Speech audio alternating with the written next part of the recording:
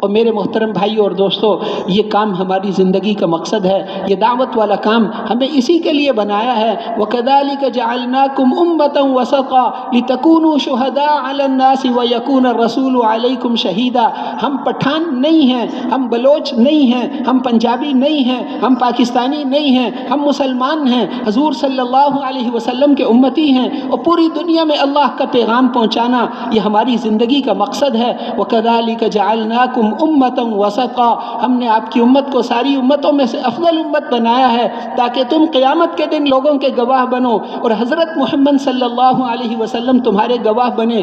اللہ کے پیغام کو لے کر دنیا میں پھرنا اور ساری دنیا کے انسانوں کے پاس جانا، یہ ہماری زندگی کا مقصد ہے۔ ہمیں بنائی اس کے لیے ہے، اس لیے اللہ کے پیغام کو ساری دنیا میں لے کر جائیں گے۔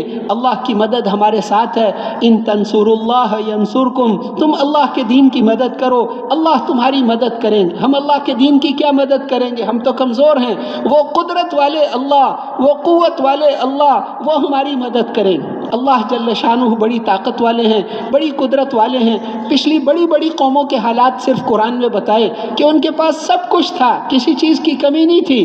کم ترکوا من جنات وعیون وزروع ومقام کریم، کتنے باغ اور چشمے چھوڑ کر چلے گئے، کتنی عزت کی کھیتیاں اور کتنی عزت کی بیٹھنے کی جگہ تھی، اور کتنی عورتیں، کتنے سامان، کتنا کچھ ان کے پاس تھا، لیکن وہ سب چھوڑ کر چلے گئے۔ ان کے مرنے پر نہ زمین روئی نہ آسمان رویا۔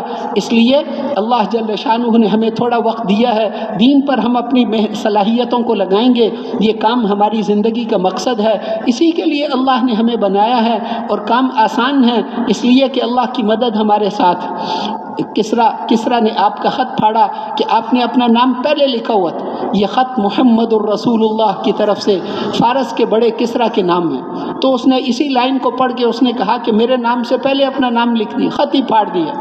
تو آپ نے فرمایا اس نے ہمارا خط نہیں پھاڑا، اس نے اپنا ملک ہی پھاڑ دیا۔ ہلاکا کسرا ہلاک ہو گیا، آج کے بعد کوئی کسرا نہیں آئے گا۔ تو اس لیے اللہ کی مدد داعی کے ساتھ ہوتی ہے، اللہ کی مدد داعی کے ساتھ ہوتی ہے، اللہ کی مدد آپ کے ساتھ۔ موسیٰ علیہ السلام، انہوں نے، قوم نے جب کہا کہ ہم پکڑے گئے، انہوں نے کہا کلا، ہرگز نہیں، ان معی ربی، میرا رب میرے ساتھ ہے، وہ مجھے راستہ دکھائے گا۔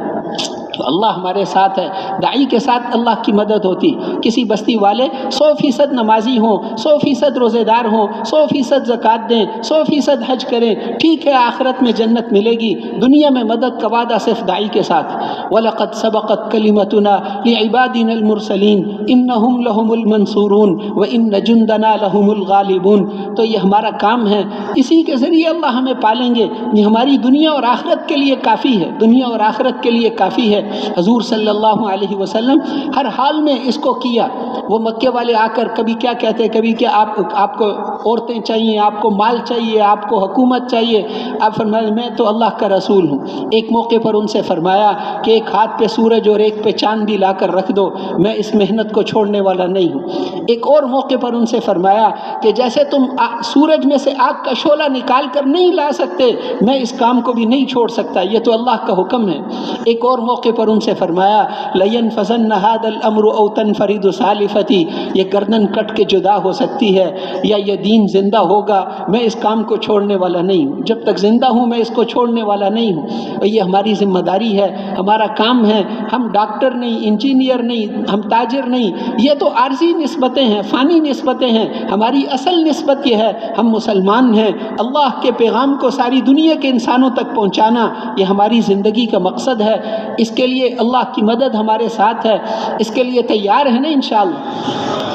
کون کون انشاءاللہ نقد جائے گا اللہ کے راستے میں چلے کے لیے 4 مہینے کے لیے؟ وہ ہمت فرما کر کھڑے ہو جائیں۔ ماشاءاللہ ماشاءاللہ، ہمت فرما لیں، ہمت مردہ مدد خدا، ماشاءاللہ ماشاءاللہ۔ اللہ